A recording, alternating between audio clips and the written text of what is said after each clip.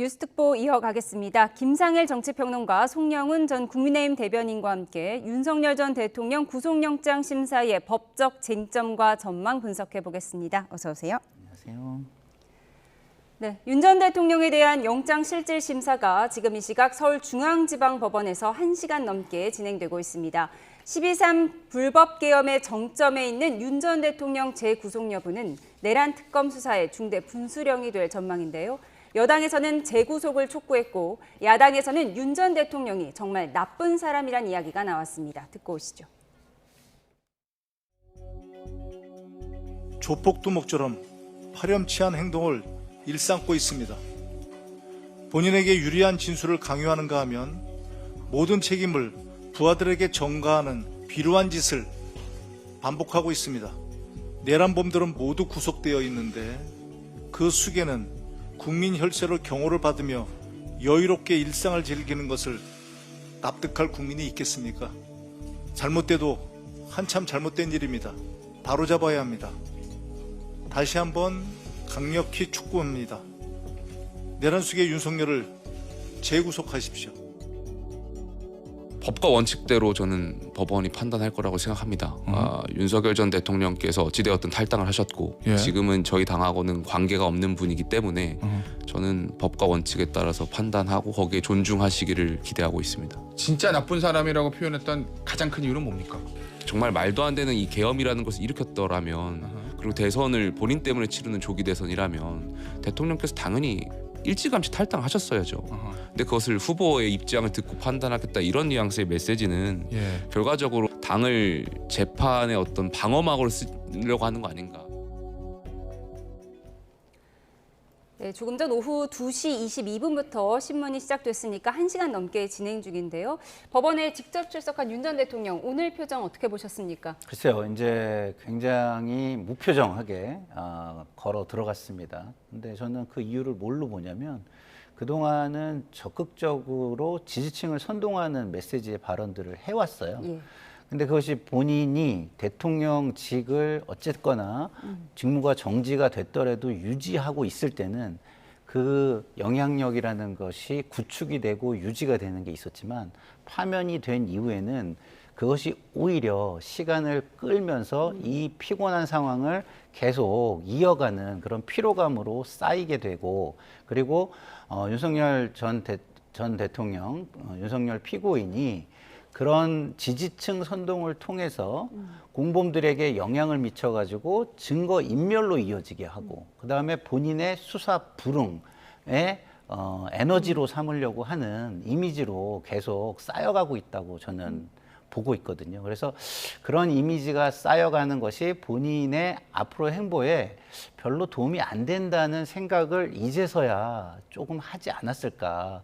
법리 공방에 집중하는 것이 이제는 더 유리한 시점이 됐다라고 판단하지 않았을까 이런 생각이 듭니다. 이제는 지지층에 대한 메시지보다는 법리 공방에 집중할 때라는 생각이 바뀌었다 이렇게 분석을 하셨는데 지난 1월에 구속심사 현직 대통령으로서 첫 구속심사를 받을 때 40분 동안 직접 변호를 하지 않았습니까? 이번에는 어떤 모습을 보일 거라고 생각하세요? 이번에도 본인이 적극적으로 진술하면서 방어하려는 시도는 할 것으로 보입니다. 말씀하신 것처럼 지난 1월 18일에 서울 서부지방법원에서 구속 전 피의자 신문, 그러니까 우리가 흔히 구속영장 실질심사라고 부르는 그 절차를 거칠 때 윤 전 대통령이 40분 이상 진술을 하고 또 마지막에 5분 정도 마무리 발언도 했다고 알려지지 않았습니까? 그동안의 탄핵 심판의 변론 과정에서도 우리 국민들께서 윤 전 대통령이 법적인 절차에 임하는 스타일은 다 지켜봐 오셨습니다. 한번 발언을 하기 시작하면 상당히 많은 분량의 발언을 하고 또 본인 나름대로의 주관적인 입장을 피력하는 데에는 대단히 적극적입니다. 그러나 그것이 탄핵 심판의 과정과 결론에서 보듯이 본인에게 유리하게 작용했는가에 대해서는 대다수 법률가들이 동의하지 않는 실정이거든요. 그래서 오늘도 아마 적극적으로 본인의 혐의에 대해서는 부인하는 내용의 진술을 할 가능성이 높지만 그것이 결론과 그대로 연결될 수 있을 것이다라고 보기는 어려운 상황이 아닌가 하고 주관적으로는 그렇게 보여집니다. 예, 지난 1월에는 현직 대통령 신분이었고 내란 우두머리 혐의였고요. 지금은 파면된 전직 대통령 신분이고 혐의는 조금 다르고 그렇죠. 종류는 많아진 이런 네. 상황입니다. 네. 뭐 결과는 오늘 밤 늦게 나오겠죠. 오늘 밤 늦게 못 나올 수 있겠죠. 내일 뭐 새벽이나 뭐 아침에 나올 수도 있을 거라고 저는 보는 게 지난번보다 더 늦게 나올 수도 있다. 이렇게 예, 보세요. 그 이유는 지금 검찰이 PPT 준비한 것만도 170페이지가 예, 넘는다고 하잖아요. 178장이라고 하더라고요. 178장이면 한 페이지를 소화하는데 1분만 잡아도 2시간 이상이 소화가 되죠. 지나가죠. 그렇기 때문에 또 반론도 그 못지않게 할 거라고 봅니다. 그러면 지난번보다 이 공방을 하고 질문 답변을 하는데 드는 시간만도 지난번 이상일 것 같고 그리고 이게 재구속이라는 점 그리고 따져볼 것이 그때보다는 또 많다는 점을 볼 때 법원이 판단하면서 자료를 볼 시간도 길어질 수도 있고 숙고할 시간도 길어질 수 있다는 점에서 빠르면 뭐 밤늦게 나오겠지만 그걸 넘길 가능성이 좀 더 크지 않을까 개인적으로 예측해 봅니다. 예, 탈당하긴 했지만 윤 전 대통령을 배출했던 국민의힘 입장에서는 심경이 복잡할 수밖에 없는데 김용태 의원은 오늘 윤 전 대통령을 향해서 정말 나쁜 사람이다. 당을 방패막이로 삼았다. 이런 평가를 내놓았더라고요. 그렇습니다. 김용태 전 비대위원장의 멘트를 보면 이제 본인 때문에 치르는 조기 대선이라면은 당연히 일찌감치 탈당했어야 하는 것 아니냐. 그리고 당을 재판의 방어막으로 쓰려고 하는 것 아닌가 이렇게 하면서 윤 전 대통령을 나쁜 사람이라고 표현한 배경이 여기에 있다라고 언급을 했어요. 여기서 두 가지를 짚어볼 필요가 있다고 생각을 합니다. 첫 번째는 윤 전 대통령이 국민의힘과의 관계 설정 그리고 여러 가지 수사 절차와 사법 절차에 임하는 태도입니다. 오늘도 법원에 들어가면서 국민들께 총론적으로나마 죄송하다, 반성한다, 사죄드린다라는 말씀이 단 한마디가 없었어요. 이것이 계속 지금 특검과 법원에 출석할 때의 일관된 태도입니다. 어쩌면은 오늘이 마지막으로 국민들께 공개된 자리에서 말씀을 드릴 수 있는 기회일 수도 있는데 그 마지막 기회마저 놓쳤을 수도 있다고 볼 수 있어요. 그런 점에서 김용태 전 비대위원장이 나쁜 사람이라고 표현하는 것이 결국에는 윤 전 대통령이 일련의 절차에 임하는 태도를 지적한 것이라고 볼 수 있습니다. 그런데 윤 전 대통령에게만 탓을 한다고 해서 그러면은 국민의힘이 그런 어떤 비판으로부터 자유로울 수 있느냐라고 묻는다면 저는 그렇게 생각하지는 않습니다. 왜냐하면 윤 전 대통령이 비상계엄을 선포했고 그 이후에 탄핵 심판 절차에 어떻게 임하는지를 당 구성원들 모두가 봤어요. 그러면은 아무리 늦어도 헌법재판소가 헌법이 정한 절차에 따라서 결론을 냈을 때는 훨씬 더 단호하게 절연하는 절차에 들어갔어야 됩니다. 그런 것을 적극적으로 이행하지 못하고 김용태 비대위원장 본인도 당시에 정중하게 탈당을 요청드린다라고 했었고 김문수 대선 후보는 영화 보고 사람 만나면 좋은 것 아니냐 이렇게 미온적인 태도를 보여줬기 때문에 단호하게 절연할 기회를 놓쳤던 것이거든요. 그러면은 이제라도 그 당시의 과정에 대해서 돌아보면서 분명한 교훈을 얻고 변화하고 쇄신하는 모습을 보여드릴 때다라는 말씀을 드리지 않을 수가 없습니다. 예, 윤 전 대통령의 재구속 여부 오늘 밤 늦게나 내일 새벽에 네. 나오게 되는데 혐의의 중대성도 이제 중요한 것이지만 구속 여부를 결정할 때는 도주 우려나 그렇죠. 증거인멸 가능성을 많이 보잖아요. 사실 뭐 전직 대통령이 도주할 우려는 뭐 크지 않을 거다 이런 네. 분석이 더 많고 증거인멸에 대해서 공방이 클 것 같은데요. 네, 검찰은 증거인멸의 가능성에 포커스를 맞출 것으로 보이고요. 그것을 위해서 윤석열 대통령의 그동안의 수사를 받아오던 태도, 이 태도가 뭐라고 해야 될까요? 그 메신저가 신뢰할 수 없는 메신저다. 다시 말해서 무슨 말을 해도 본인의 이익을 위해서, 본인이 살기 위해서 다른 사람들에게 책임도 떠넘기고 하는 말이 진실이 아닌 이야기를 통해서라도 자신은 살려고 하는 그런 모습이다. 그리고 수사를 불응하는 태도 이런 것들을 보여주면서 메신저의 신뢰를 좀 부수려고 하는 전략을 취하고 충분히 이런 나쁜 사람이 신뢰할 수 없는 사람이 증거인멸을 할 가능성이 굉장히 높다라는 어떤 것들을 강조할 것으로 보이고 또 하나는 기본적으로 진술하는 그 공범에 해당하는 분들이 진술을 지금 진술을 바꾸고 있거든요. 그런 부분도 결국은 윤석열 피고인의 영향력 하에서 이루어지는 것이다라는 걸 강조해서 결국에는 이 구속 수사를 하지 않으면 수사가 이런 식으로 증거 인멸의 우려 를 막지 못한다라는 것을 강조할 것으로 보입니다. 그러니까 김성훈 전 차장이나 강희구 비서실장이 진술을 바꿨던 그렇죠. 그 점들에 있어서 이제 증거인멸 가능성을 볼 것이다 이렇게 분석을 하셨습니다. 그러니까 메신저가의 신뢰도가 떨어졌기 때문에 메시지의 신뢰도도 떨어진 상황이라고 분석을 하셨는데 윤 전 대통령 법원 결정이 나기 전까지는 서울구치소에서 대기하는 거죠? 그렇습니다. 서울구치소에서 인기가 되어 있을 것으로 보이고 그다음에 이제 구속영장이 발부가 되면은 그 이후에 이제 수용자로서 신분이 바뀌게 돼서 일련의 절차들을 겪게 됩니다. 그리고 이제 오늘 그 구속영장의 발부 가능성에 가장 관심들이 많으실 텐데 이 부분에 대해서 제가 조금 더 말씀을 드려보면은요. 가장 관건이 되는 것은 역시나 증거인멸의 우려죠. 그러니까 전직 대통령은 신분이 확실하기 때문에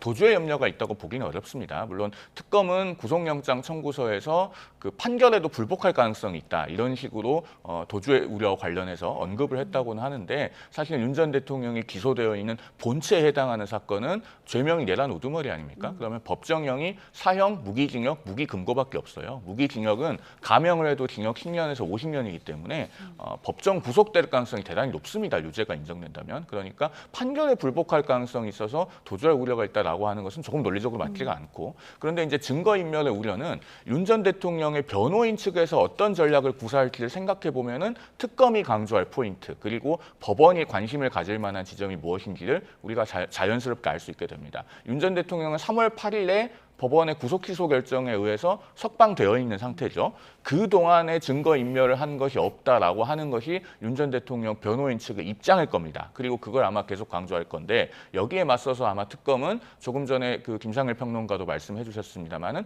강의구 전 부속실장이라든가 또 김성훈 전 대통령 경호처 차장 같은 핵심적인 사건 관계인들의 진술이 윤 전 대통령의 사실상의 영향력으로 인해서 변화가 있다. 라는 부분에 굉장히 집중할 것으로 보여져요. 그러면은 이 부분에 있어서 법원이 구속영장을 발부해야겠다는 심증을 형성할 만큼 소명이 되느냐 그렇지 않느냐가 가장 핵심된다. 이렇게 짚어볼 수 있을 것 같습니다. 윤 전 대통령의 재구속 여부를 가를 영장 심사 지금 1시간 반 정도 진행되는데요. 창과 방패의 싸움이 한창일 것 같습니다. 이런 가운데 당대표 선거에 출마한 민주당의 박찬대 의원이 의원 100여 명과 함께 내란 특별법을 발의했습니다. 이 법이 통과되면 윤 전 대통령의 유죄가 확정될 때는 사면이 제한되고 국민의힘은 국고 보조금을 모두 토해내야 하는데요. 이에 대한 여야 목소리 듣고 오시죠. 내란과 관련돼서 유죄가 인정된 사람들을 배출한 정당에 대해서는 국고보조금을 제한하는 조항들을 집어넣어놨어요. 국민들의 세금으로 그 내란을 옹호하게 계속 만들고 있는 이 비현실적인 헌법 파괴 행위를 국민의 세금으로 도와주고 있는 거죠. 소위 강성 지지층 확보를 위해서 여러 가지 이슈 플레이를 하고 있는 것 같아요. 그래서 지금 나온 박찬대 의원이 그런 부분에 있어서 일단 내지르고 보자. 근데 민주당이 굉장히 나쁜 접근법이고요. 이거는 민생법하고도 무관하고 누가 봐도 정치 보복법입니다.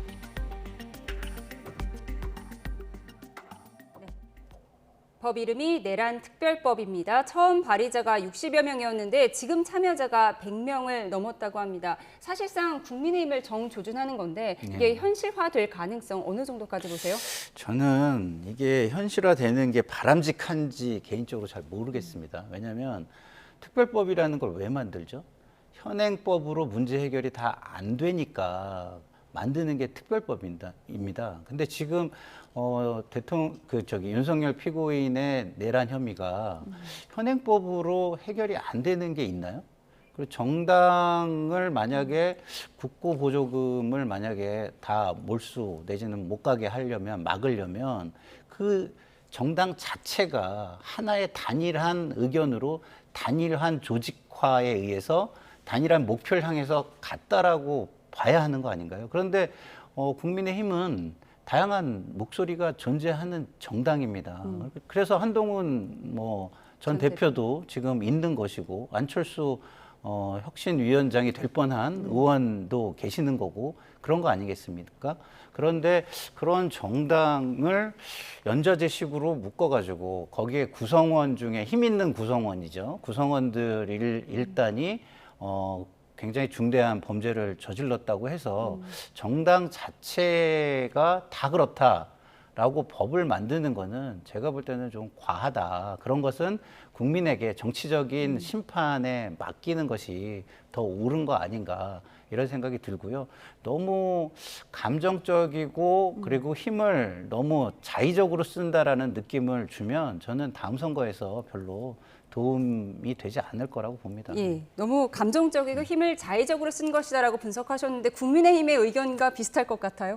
일단 저는 민주당의 박찬대 의원 전당대회용이라고 봅니다만 그럼에도 불구하고 잘못된 시도이고 위헌적인 법안이라고 생각합니다. 일단 전당대회용이라고 보는 이유는 지금 박찬대 의원이 전당대회에 당대표 출마를 하고 이 법안을 대표 발의했고 또 호남 일정에서 이 법안을 내겠다고 발표를 했잖아요. 그리고 박찬대 의원 쪽에서는 본인을 지지하는 의원들이 이 법안에 동참한다 이렇게 설명을 하고 있습니다. 예. 그런데 115명의 의원들이 공동 발의를 했고 그중에 6명만 조국혁신당이나 무소속 의원이에요. 109명이나 법안에 동참했기 때문에 상당히 의미는 있어 보입니다. 전당대회 차원에서는. 그런데 법안 자체는 대단히 문제가 있죠. 왜냐하면 이렇게 상대 당을 말살하고 보겠다는 법안이 민주당에서 반복해서 발의되는 것은 대단히 문제가 있습니다. 그러니까 12월 3일부터 지난해 12월 3일을 기점으로 지급된 돈을 모두 다 환수하겠다 이런 법안인 거죠? 그렇습니다. 국고보조금을 환수하는 내용도 있는데 지난 3월 14일에는요. 민주당 박홍근 의원이 정당법 개정안을 발의했는데 그 정당법 개정안에는 또 어떤 내용이 있냐면은 대통령이 내란 또는 외환의 죄로 유죄가 확정이 되면 그 소속했던 정당은 가장 먼저 돌아오는 선거에 후보자를 추천하지 못하도록 즉 공천을 못하도록 하는 내용이 있습니다. 거기서 재보궐선거만 제외된다고 하고 있기 때문에 경우에 따라서는 이게 다음 총선이 될 수도 있어요. 민주당은 이렇게 계속 상대 당을 말살하려는 법안을 발의하고 있고 그 대상은 국민의힘이라고 하는 것을 누구나 특정할 수 있기 때문에 이것은 법률 용어로 말하면은 처음부터 대상을 정해놓고 답정너식으로 만드는 이른바 처분적 법률이 돼서 위헌이 될 겁니다. 다만 저 같은 사람이 이렇게 위헌적 법률이고 상대 당을 말살하려는 법안이라고 해도 민주당은 그 법안을 제정할 수 있는 힘을 가지고 있어요. 그러면은 그걸 막아줄 수 있는 원동력은 국민으로부터 나옵니다. 즉 국민 여론이 이런 법안은 잘못된 것이기 때문에 단호하게 반대한다. 이렇게 해야 제정이 되지 않는 거예요. 그러면은 국민들께서 야당을 그렇게 지켜줘야겠다는 생각이 드시게 하려면은 국민의힘이 훨씬 더 처절하게 반성하고 변화해야 됩니다. 지금처럼 단순히 저 법안은 나쁘고 위헌이고 잘못된 것이다 라고만 해도 변화 반성이 선행되지 않으면 국민들의 마음속에서 이 목소리는 메아리가 없고 퍼져나가지가 않습니다. 저희 당 구성원들께 이 부분은 고언 차원에서 꼭 좀 말씀을 드리고 싶은 부분입니다. 예, 박찬대 의원이 발의한 내란 특별법 상대당을 말살하려는 위헌적 법률인데 이런 법안에 반대하려면 국민의힘부터 반성해야 한다 이렇게 꼬집어 주셨습니다. 그런가 하면 김건희 특검법은 명태균 게이트 규명에 속도를 내기 시작했습니다. 특검법은 어제 국민의힘의 윤상현 의원, 김영선 전 의원 등 동시다발로 압수수색에 나섰는데요. 국민의힘 내에서도 엇갈린 목소리가 나오고 있습니다. 듣고 오시죠. 이미 경찰에서 충실하게 수사가 다 끝난 상황으로 알고 있는데 지금 와서 다시 압수수색을 강행하는 것은 전형적인 정치 보복에 해당이 된다고 봅니다. 화무 11호이고 건불 10년이라고 했는데 그 칼날이 언제 되돌아올지 모릅니다. 늘 이런 점을 유념해야 하는 것이 집권 정부 일환이라고 생각합니다. 다시 한번 이재명 정권과 더불어민주당에게 촉구합니다. 권력 남용하지 마시고 과잉 수사하지 마시고 정치 보복 하지 마십시오. 송원석 비대위원장은 정치보복이다 이런 표현을 썼더라고요. 그것은 좀 아닌 것 같은데요. 저는 이 국민적 의혹이 있는 이런 부분에 대해서는 철저하게 잘못된 부분이 있으면 철저하게 수사하고 또는 말씀대로 진짜 억울한 그런 무고한 그런 분들이 안 나오도록 하는 것은 맞지만 저는 국민적 의혹이 있는 부분은 철저하게 수사하는 것이 맞다고 보고 있고요. 거기에 우리 당이 지나치는 모습들은 안 보였으면 좋겠다는 생각입니다. 네, 공천 개입 의혹을 수사하고 있는 김건희 특검팀의 전방위 압수수색, 윤상현 의원과 김상민 전 부장검사의 경우에 그동안 여러 이야기가 나오긴 했는데 이렇게 강제 수사의 대상이 된 건 처음이죠? 처음인 게 문제인 거죠. 예, 그동안 제대로 된 수사가 이루어지지 않았다는 것입니다. 그럼 왜 특검은 이렇게 강제 수사에 돌입할 수 있었을까요? 강제 수사에 돌입하려면 그거에 어쨌든 정황이 됐든 물증이 됐든 뭔가가 단서가 있었기 때문에 가능한 거 아니겠습니까? 그러면 그 단서는 이제 발견된 것일까요? 아니면은 있었는데도 묵인됐던 것일까요?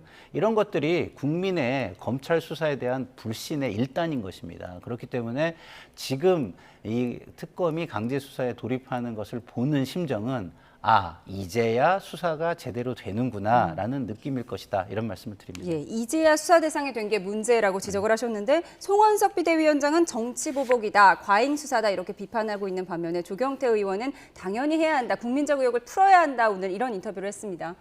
당내 구성원인 윤상현 의원에 대해서 제발 죄가 있었으면 하는 시각으로 보시는 분은 아마 당내 없긴 할 겁니다. 그러나 정치보복인지 과잉수사인지 이런 것들을 지금 시점에서 앞서 나가서 단정하기는 어렵다고 봐요. 왜냐하면 윤상현 의원이 지금 수사선상에 올라 있는 공천 개입 의혹 등등은 아직까지 명확하게 사실관계가 다 밝혀진 게 아니기 때문입니다. 그래서 앞서 나가서 지금 단정하는 게 어려워요. 그리고 그런 상황에서 그러면 메시지 관리를 굉장히 당에서는 섬세하게 할 필요가 있습니다. 그런 점에서 저는 조경태 의원의 말씀에서 굉장히 새겨볼 부분이 있다고 생각이 되는데요. 우리가 윤석열 전 대통령과의 절연 얘기하잖아요. 그 절연이라고 하는 것은 윤석열 전 대통령 한 사람과만 인연을 끊으라는 것이 아닙니다. 무슨 얘기냐면 윤 전 대통령은 지금 오늘 구속 전 피의자 신문의 결과에 따라서는 구속될 수도 있습니다. 그런데 윤석열 전 대통령 개인과의 단절만이 아니라 총체적으로 윤석열식 정치와 단절하라는 거예요. 그것이 민심의 핵심입니다. 그렇다면은 이 공천 개입 의혹은요, 대통령이라고 하는 권력을 정점에 놓고 당정이 제대로 분리되지 못한 채로 인위적인 공천 개입이 있었던 것이 아니냐라고 하는 의혹을 받고 있는 사건이기 때문에 적어도 그 사실관계는 정확하게 가리고 넘어가겠다. 이런 태도가 필요합니다. 그것을 다 가려봤더니 윤상현 의원이 억울하게 혐의를 받고 있는 것이다. 라고 하면 그때 가서 정치보복이고 과잉수사고 특검이 잘못했다. 강력하게 외쳐야죠. 그러나 지금 시점에서 앞서 나갈 일은 아닌 것 같다라는 말씀을 드리고 싶습니다. 예, 윤상현 의원에 대한 압수수색에 대해서 짚어보고 있는데요. 앞서 공개된 지난 2022년 5월 윤 전 대통령과 명태균 씨의 통화 녹취록을 들어보겠습니다. 윤상현 의원은 지난 2022년 국회의원 보궐선거 당시에 국민의힘 공천관리위원장이었죠. 직접 확인해 보겠습니다.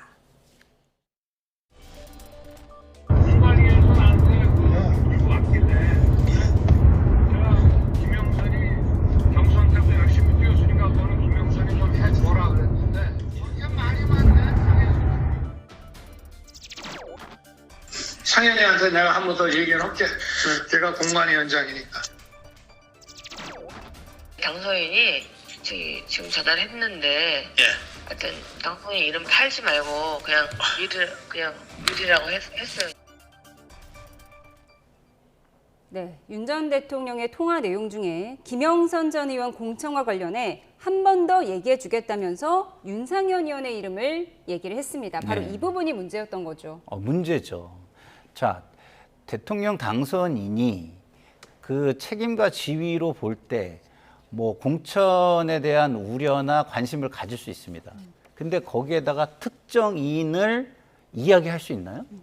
일반적인 기준이라든가 아니면 일반적인 여론이라든가 민심이라든가 이런 걸 통해서 방향을 제시하거나 뭐 이런 것들이라면 할 수 있죠. 근데 본인이 그 사람을 공천을 주기 위한 목적으로 특정인을 얘기하는 것은 안 되는 것입니다. 근데 그것을 한 정황이 누가 봐도 뚜렷하게 지금 녹취만 들어도 다 드러나는 거 아니겠습니까? 그런데 이런 것을 지난 3년간 뭐 검찰이 이런 거가 자료가 없었기 때문에 수사를 제대로 안 한 것인지 아니면 대통령의 압박과 압력에 의해 눌려서 못한 것인지 아니면 스스로 해바라기처럼 내지는 갈대처럼 이렇게 바람 부는 방향으로 바짝 엎드렸기 때문인지 그것은 알 수가 없습니다. 그렇기 때문에 더더욱이 이거와 관련된 모든 사람들은 이제라도 하루빨리 진실을 빨리 규명하자라고 이야기하는 게 조경태 의원이 말씀하신 거나 우리 송 대변인께서 말씀하신 것처럼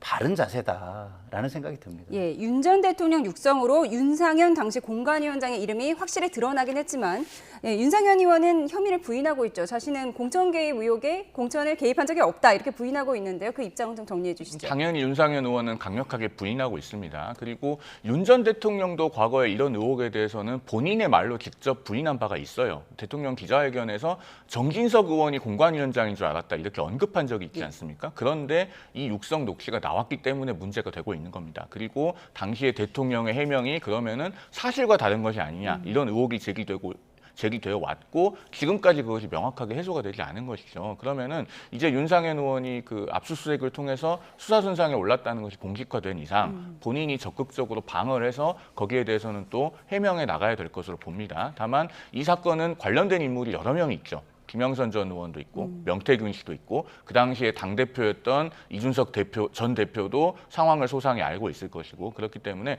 어떤 사람의 주장이 맞는지는 앞으로 수사 과정을 통해서 좀 면밀하게 대조와 검증이 필요할 것으로 보이긴 합니다. 예, 수사 과정에서 윤 전 대통령 부부가 연루된 또 다른 공천 개입 의혹이 나올 가능성도 있을까요?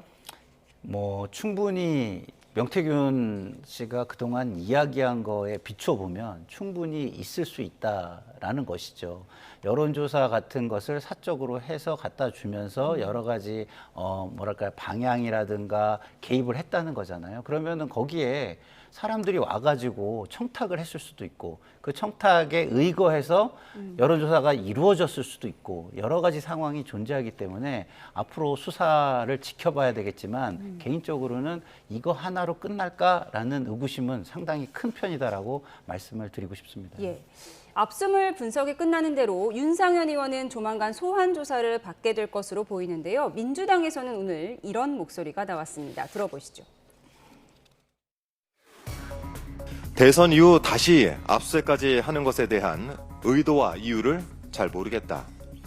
이 상황에서 대선을 언급하는 윤상현 의원의 의도와 이유를 저도 잘 모르겠습니다. 2022년 대선에서 낙선한 이재명 당시 대통령 후보도 같은 심정이었을 텐데 이제 역지사지가 좀 되십니까? 기억을 하실지 모르겠는데요. 지난 2023년 6월 21일 국민의힘 의원 67명이 불체포 특권을 포기하겠다라면서 이 서약서에 서명한 일이 다시 화제가 되고 있습니다. 그 명단에 이 김선교 의원 이름도 선명하게 남아 있습니다. 대한민국 헌정사에 불행한 일이 더 발생하지 않길 바랍니다만 이 어떤 상황이 오더라도 국민께 드린 이 약속은 잊지 마시기 바랍니다. 네, 오늘 민주당에서는 윤상현 의원을 포함한 수십 명의 국민의힘 의원들이 과거에 불체포 특권을 포기하겠다는 각서를 썼다면서 이렇게 패널까지 들고 인터뷰를 했습니다. 이 얘기를 한 것은 윤상현 의원의 구속 가능성까지 얘기를 하겠다, 염두에 두고 있다 이런 얘기죠? 일단 특별검사 제도는요. 정치 권력으로부터 독립되어서 수사라는 것이 그 본래의 취지 아니겠습니까? 그러면은 막강한 힘을 가진 집권 여당이 저렇게 수사 가이드라인을 제시하듯이 하는 것은 조금 문제가 있다고 봅니다. 그리고 저는 총론적으로는 국회의원들이 각종의 특권들을 내려놓는 것이 맞다고 봅니다. 그리고 그중에 가장 중요한 특권이 불체포 특권이죠. 그런데 민주당에서 저런 말을 할 자격이 있는가라고 묻는다면 거기에 대해서는 매우 큰 물음표가 그려지고 제 머릿속에서 그 물음표가 잘 떼어지지 않습니다. 왜냐하면 민주당은 2023년에 자신들의 당도 불체포 특권 포기를 당론으로 채택을 했다가 이재명 당시 대표에 대해서 체포동의안이 올라오니까 이재명 당시 대표 본인도 부결을 호소를 하고 그런 일들이 있었지 않습니까? 작년에도 민주당 신영대 의원의 체포동의안이 올라왔는데 국회에서 부결된 예가 있어요. 이런 것들을 보면은 결국은 여야가 본인들 소속 정당의 의원이 체포동의안이 올라오면 다 부결시키기에 바쁩니다. 그러면은 이건 뭔가 개헌을 통해서 해결하거나 시스템적으로 접근을 해야 될 문제고 서로 상대당이 내로남불하고 있다라고 하는 공격만 다람쥐 쳇바퀴 돌듯이 하는 상황을 보면서 국민들께서 많이 답답하실 것 같다라는 생각이 듭니다. 예, 잠시만요. 속보가 들어와서 먼저 전해드리겠습니다. 전국에 폭염이 기승을 부리고 있는데요. 어제 하루 동안 238명이 온열 질환 증세로 응급실을 찾았다는 속보가 들어왔습니다. 이 가운데 한 명이 숨진 것으로 보고가 되었습니다. 질병관리청 통계를 보면 어제까지 열 탈진이나 열사병 등 온열 질환 환자가 모두 1,228명이 발생해서 지난해 같은 시점보다 2.5배나 급증을 했습니다. 온열 질환 추정 사망자 역시 누적 8명으로 지난해보다 5명이나 더 많은 상황입니다. 네, 보건당국은 온열 질환 예방을 위해 갈증이 없어도 자주 물을 마시고 야외 활동을 할 때 주기적으로 시원한 곳에서 휴식을 취하라고 당부했습니다. 폭염에 어제 하루 238명이 응급실을 찾았고 이 가운데 1명이 사망했다는 안타까운 소식까지 속보로 전해드렸습니다. 추가 소식 들어오면 이어서 전해드리도록 하겠습니다. 네, 민주당이 국민의힘의 불체포 특권 포기를 논할 자격이 있는가 이렇게 문의를 하셨어요. 뭐 그렇게 얘기하면 뭐 맞습니다. 뭐 그런 부분이 있죠. 정치는요, 기본적으로 자기의 이익을 위해서 싸우는 것이 아닙니다. 그리고 전쟁을 하는 게 아니에요. 그리고 적대적인 싸움을 하는 것도 아닙니다. 국민을 바라보면서 경연을 하는 거죠. 우리가 경연 오디션 프로 많이 보잖아요. 우리가 이렇게 잘합니다라는 걸 보여줘서 거기에서 박수 받고 점수를 받는, 저는 정치는 경연이어야 한다라고 생각을 하는데, 지금의 정치는요, 사회적 갈등을 조장을 해요. 그 이유는 뭐냐? 자기 이익이 뭐랄까요, 훼손되는 걸 막기 위해서 그 사회적 갈등을 조장을 합니다. 그 속에 다 숨어버리죠. 그런데 지금 이런 모습들, 서로 상대방에게 뭐 체포 동의안과 관련돼서 공방이 입장이 바뀌면서 싸우는 것도 똑같은 모습이라고 봐요. 그래서 이 기회에 말씀하신 대로 일관된 기준을 좀 만들었으면 좋겠다. 서로 이렇게 자기 진영을 위해서 싸우는 수단으로 불체포 특권이나 체포 동의안을 활용할 것이 아니라 불체포 특권과 체포 동의안의 일관된 기준은 무엇이다. 그리고 이것은 여와 야, 진영과 상관없이 적용된다라는 기준을 토론하고 만들기를 국민의 한 사람으로서 저는 좀 희망 드리고요. 많은 국민들이 또 그런 모습을 보고 싶지 않을까. 자기들만을 위해서 국민이 준 권한을 쓰는 거는 좀 그만 보고 싶지 않을까, 이런 생각이 듭니다. 네, 이렇게 세 개 특검이 앞다퉈서 수사 결과를 발표하다 보니까 야당에 대한 압박 수위는 높아질 수밖에 없고, 저희가 앞서 조경태 의원과 송원석 의원의 다른 목소리 들려드렸지만 이렇게 단일 대우로 반응하기가 쉽지가 않은 상황이잖아요. 앞으로 전국 어떻게 전망하세요? 일단 계속 수사 범위가 확대된다면은 국민의힘이 어려운 상황에 처할 것은 맞아 보입니다. 그리고 그런 상황에서 만약에 지금 논의되고 있는 대로 8월 중순에 전당대회가 개최된다면 앞으로 한 달여 동안에 또 특검 정국이 어떻게 전개될지 예상하기 어려워요. 그런 점에서 일단은 당 구성원들이 가능한 변화와 쇄신부터 착수해서 국민들께 가시적으로 보여드려야 됩니다. 그래야지 국민의힘에서 수사를 받는 의원들이 있더라도 수사를 받는 의원들은 의원들이지만 적어도 건전한 비판 세력으로서의 야당은 우리가 살려주고 세워줘야겠다라는 마음이 드실 것 아니겠습니까? 그리고 더 나아가서는 그런 변화와 쇄신을 위한 기초 작업을 위해서 필요하다면은 저는 전당대회 시점도 조금 유연하게 가져갈 필요가 있다고 생각을 합니다. 최근에 안철수 의원이 이제 혁신위원장을 못하겠다고 그만두는 일도 있었고, 오늘 새로 윤희숙 여의도연구원장이 혁신위원장으로 임명도 됐습니다만은 전당대회가 또 임박해 있으면 혁신위가 가시적으로 할 수 있는 역할이 어떤 것이겠는가에 대해서도 또 일각에서는 의문이 제기되고 있는 그런 상황입니다. 그러니까 지금 처해 있는 상황에 대해서 시야를 좀 넓게 가지고 유연하게 당의 앞으로의 일정을 가져갈 필요도 있겠다라는 생각이 들고, 역시나 핵심은 국민들께 정말 처절하게 반성하는 모습을 보여드리는 겁니다. 그것부터 가장 먼저 시작이 되어야겠죠. 예, 국민의힘 윤희숙 신임 혁신위원장의 목소리 잠시 후에 들어보기로 하고요. 이런 분위기 속에서 김 여사 박사학위 취소 절차에 돌입한 국민들과 당사자와 연락이 안 돼서 진행을 못하고 있다, 이런 이야기가 나왔는데요. 윤석열 전 대통령의 측근으로 불리는 서정욱 변호사가 이런 이야기를 했습니다. 먼저 들어보겠습니다.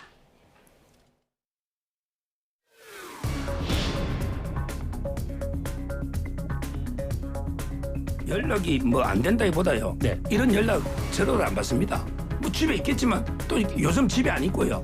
요즘 이게 또 그 코바나 거의 자주 나가 있습니다. 집에 거의 없어요. 건강 상태가 그러면 뭐 사무실로 가서 일을 뭐 볼 정도로 좀. 그 사무실이 그 밑에 다 밑에 있잖아요. 집에 워낙 좁고 하니까 근데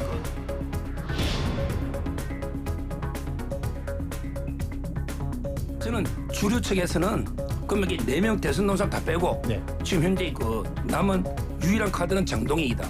이분은 옛날에는 친한계였지만 완전히 친한계 탈당, 친한계에서 제일 싫어하는 사람이에요. 배신자라고. 흔히 말하는 언더 찐유님이다. 그렇습니다. 그러게 뭐 저는 그렇게밖에 할 수 없다 봐요. 네, 김건희 여사가 최근 연락이 잘 되지 않는다 이런 이야기가 있었는데 측근으로 불리는 서정욱 변호사가 김건희 여사는 요즘 집에 잘 있지 않는다. 다만 지하의 사무실에 주로 있다 이런 얘기를 했습니다. 서정욱 변호사는 윤 전 대통령 부부의 입으로 평가받는 분이잖아요. 본인이 그런 의도를 가졌든 가졌지 않든. 그렇다면은 저런 발언 내지는 전언이 김건희 여사 측의 어떤 의도된 공보라고 한다면 저는 최연, 즉 불필요한 말에 가깝다고 봅니다. 왜 그러냐면요. 두 가지 측면에서 그래요. 첫 번째로 지난번에 서울 아산병원에서 김건희 여사가 퇴원할 때 휠체어를 타고 퇴원하는 모습을 많은 국민들께서 보셨습니다. 그런데 지금 건강이 많이 회복되었으니까 사무실에도 계속 나가고 하는 것 아니겠어요? 그러면 그 당시에 휠체어 타고 퇴원한 모습과는 사뭇 상반됩니다. 그러면 당시의 모습이 연출되었던 것은 아닌가라고 하는 의문을 국민들께서 가지실 수 있어요. 전직 대통령 배우자도 공적인 존재이기 때문에 이런 의문에 대해서도 많이 생각해 봐야 됩니다. 그다음 두 번째로 그 코바나 컨텐츠 같은 사무실은 과거에도 김 여사가 대통령 배우자가 되기 전부터 오랫동안 본인의 근거지였던 곳이에요. 그런데 지금 특검의 수사가 개시됐잖아요. 그런 상황에서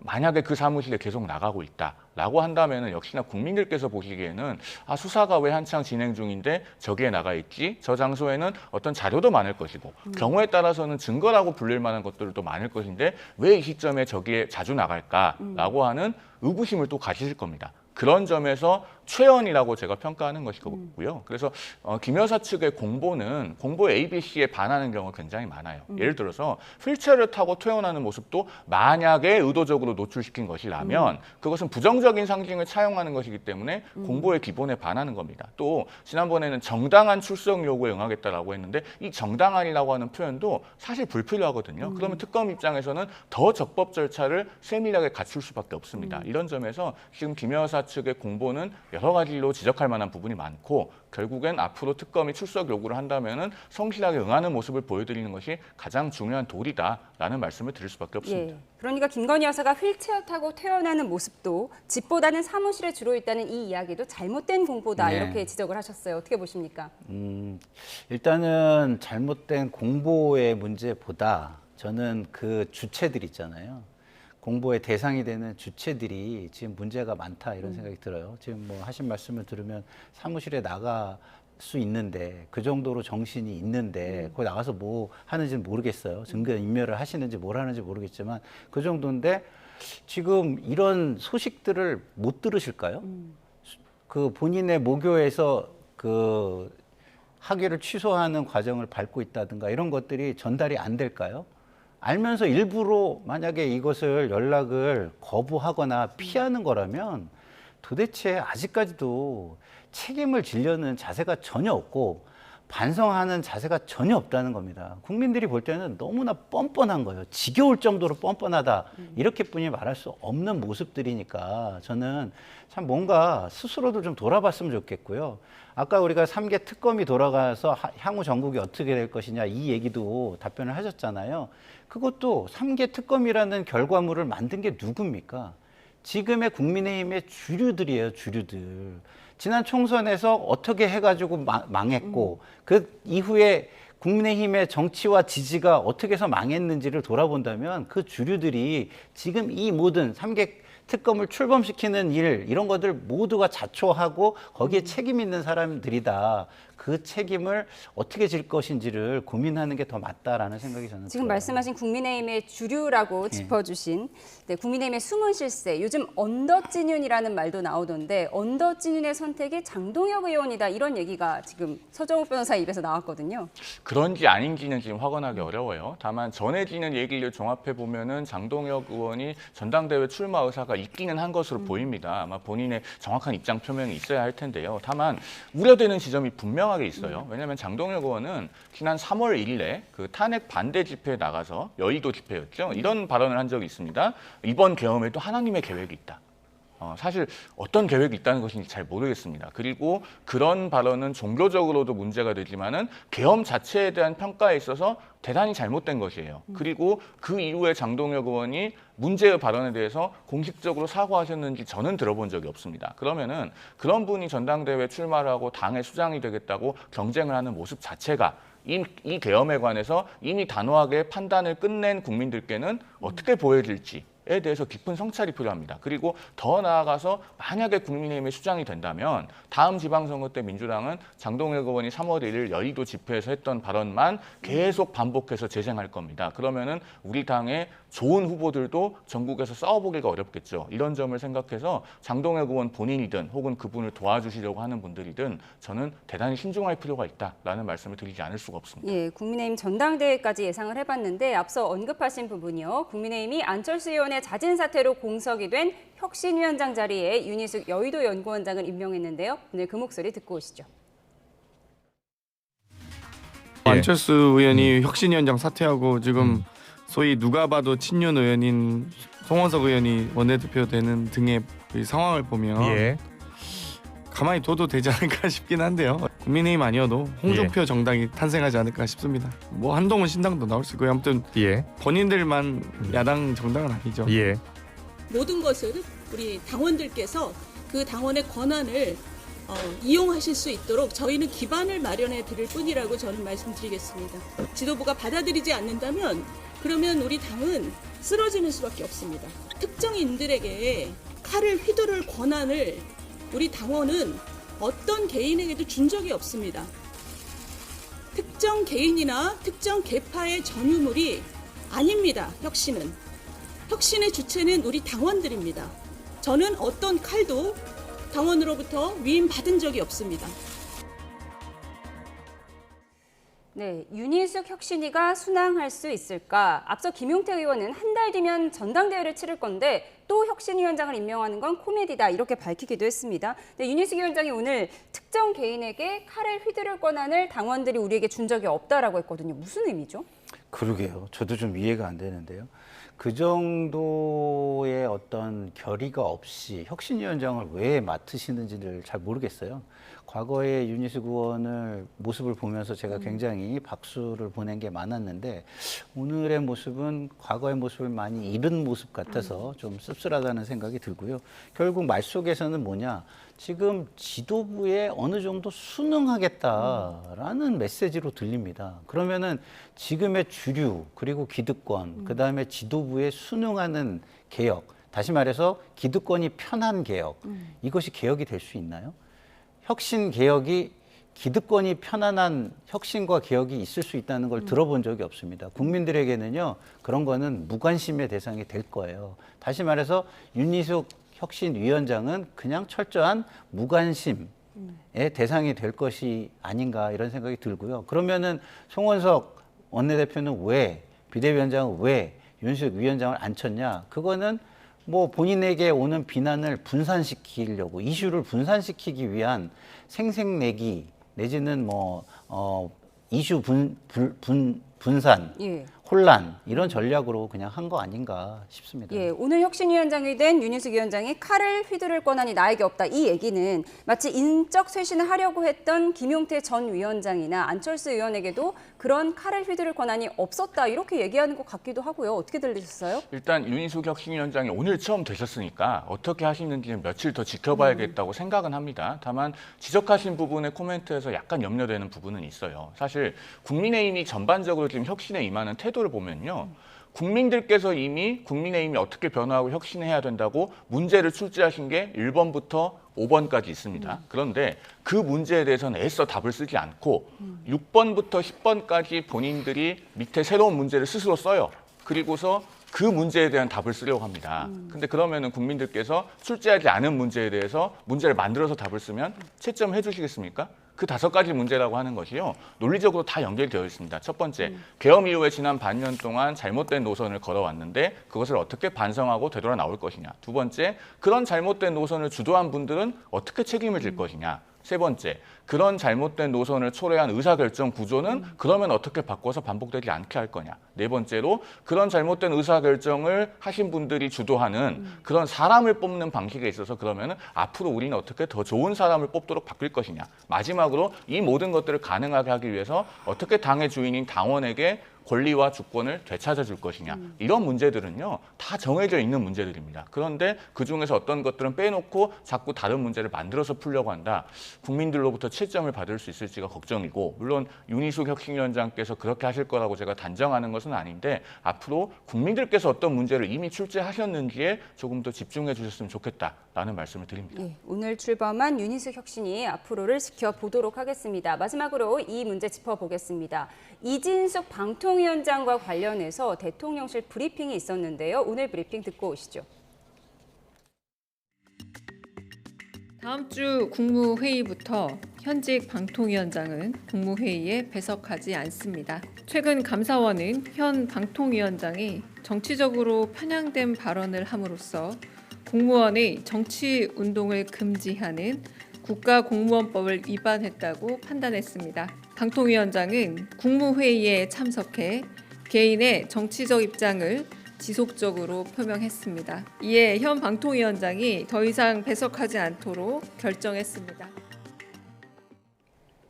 네, 지시와 의견을 구분할 능력이 없으면 국무회의에 참석할 자질이 없다. 지난 정부에서요. 그 전현희 국민권익위원장이 임기가 남아있는 상태에서 감사원 감사를 받고 하니까 민주당에서는 표적감사라고 비난하면서 감사원 관계자들을 고발하기도 했습니다. 그때의 상황이 좌우만 정확하게 뒤바뀌어서 공수교대된 상태로 데칼코마니처럼 펼쳐지고 있는 것 같은 느낌을 받아요. 그런데 이진숙 방통위원장에 대해서 대통령실에서 경고를 하고 또 국무회의에 참석하지 못하게 하면서 내세운 명분에 대해서 사무 수긍이 되지 않습니다. 예. 왜냐하면은 국무회의 발언을 개인 정치에 활용한다고 하는데 사실은 방송 3법에 대해서 방통위안을 만들 것인지 말 것인지의 문제는 그것은 단순한 개인 정치가 아니죠. 방송 3법은 결국 우리나라 방송 정책에 있어서 가장 핵심이 되는 기본 법률들인데 이런 것들에 대해서 방통위가 사실은 지금 심의를 위한 과정에서 제대로 된 의견을 낼 만한 기회가 충분히 있었다고 보기 어렵습니다. 그러면은 방통위안을 낼 것인지 말 것인지 대단히 중요한 문제예요. 그리고